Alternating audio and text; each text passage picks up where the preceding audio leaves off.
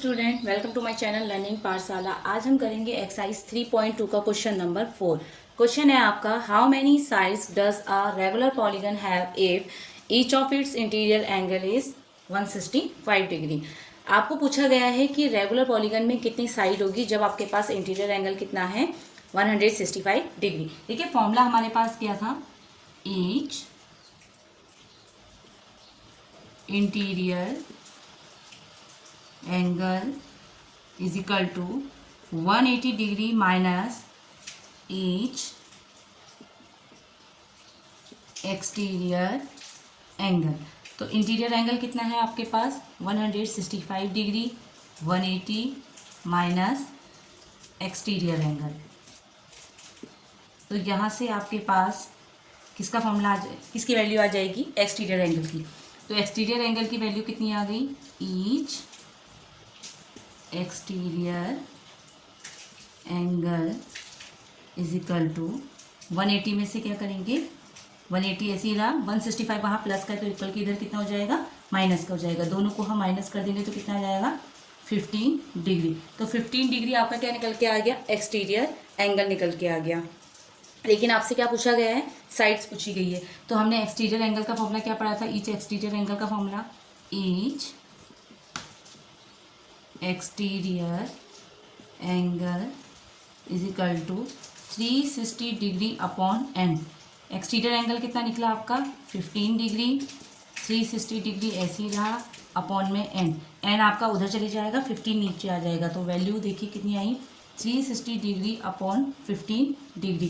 15 से इसको कट करेंगे तो कितना आ जाएगा, 15 2 जा 30, 6 बचा 6 0 60, 15 4 जा 60। तो आपके पास कितनी साइड आ गई, 24 साइड्स। आई होप ये क्वेश्चन क्लियर हो गया होगा। आपके पास इंटीरियर एंगल का फॉर्मूला है, interior angle is equal to 180 degree minus exterior angle. हमने इंटीरियर एंगल की वैल्यू यहाँ पे रख दी, 180 ऐसी रहा, एक्सटीरियर ऐसी रहा। एक्सटीरियर का निकालना है तो वैल्यू ये नंबर उधर चले जाएगा, एक्सटीरियर एंगल, और 180 ऐसे ही रहा, 165 को माइनस में इधर ले आएंगे, दोनों को माइनस किया, आपका आ गया 15 डिग्री। हमारे पास ईच एक्सटीरियर एंगल की वैल्यू आ गई है। उसके बाद हमसे पूछा गया है साइड। तो साइड के लिए फॉर्मूला क्या था, हमारे पास एक्सटीरियर एंगल फॉर्मूला था 360 डिग्री अपॉन एन। 360 ऐसे ही रहा, एन आपको फाइंड करना है तो उधर ले जाएंगे, एक्सटीरियर एंगल की जो वैल्यू है वो नीचे आ जाएगी। दोनों को हम जब कट करेंगे तो वैल्यू कितनी आ गई आपकी, 24 साइड्स आपकी वैल्यू आ गई है। आई होप क्वेश्चन नंबर 4 आपको क्लियर हो गया होगा। अब करते हैं क्वेश्चन नंबर 5।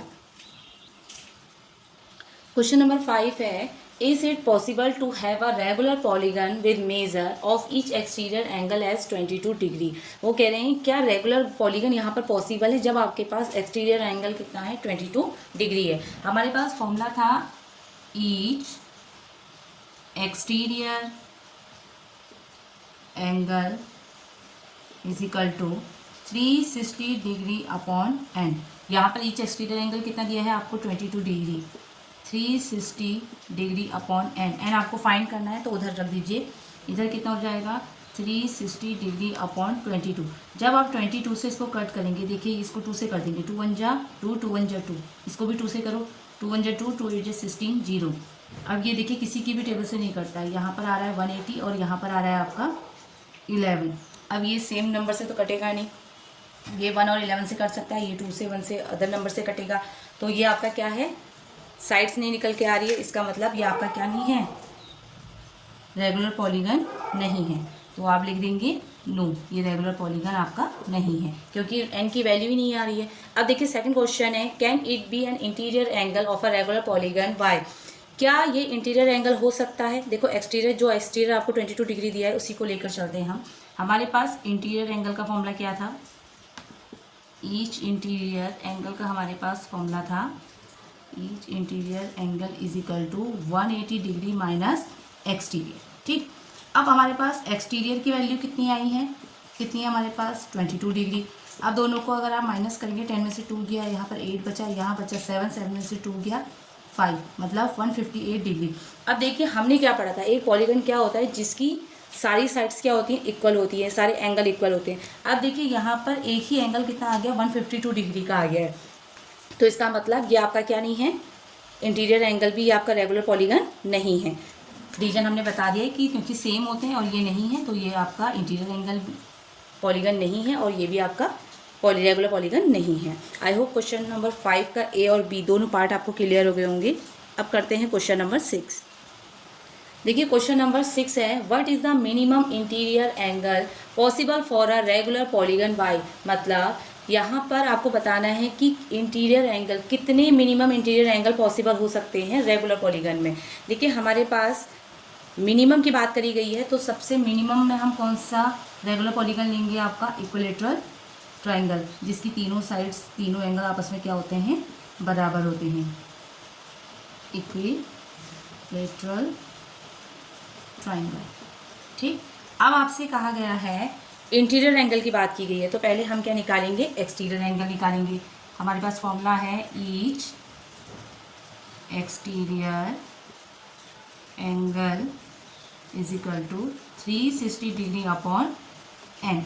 एन आप कितने ले लेंगे, 3, तो 360 अपॉन यहाँ पे कितना आ गया आपका 3 से इसको कट करिए, 3 1 जा 3, 3 2 जा 6, 0, मतलब 120 डिग्री आपका क्या आ गया, एक्सटीरियर एंगल आ गया।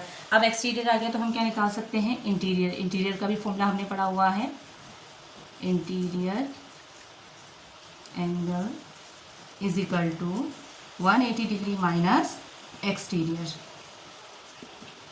अब देखिए 180 ऐसी रहा,